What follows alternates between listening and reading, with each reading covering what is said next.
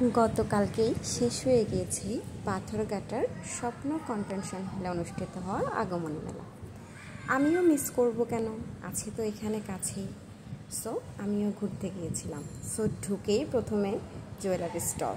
Jewellery তো আমাদের মেয়েদের ভীষণ পছন্দ। কার না জুয়েলারি দেখতে ভালো লাগে বলেন? দেখলে মন চাই সব নিয়ে নেই, কিন্তু তাইলে তো গাট্টি গাট্টি বস্তা ভরে টাকা নিয়ে যেতে হবে।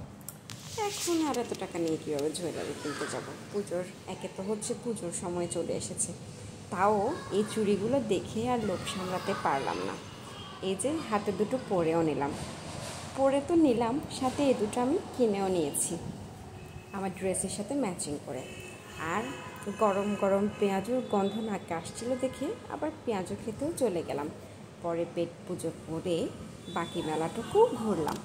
ছিল মোটামুটি ভালোই কিছু ড্রেস কালেকশন ছিল, আর হচ্ছে এই যে এখানে কিছু ওয়ান পিস ছিল, কিছু শাড়ি ছিল।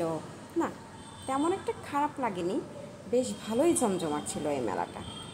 এত পরিমাণ মানুষের ভিড়, কীভাবে কী ভিডিও নেব?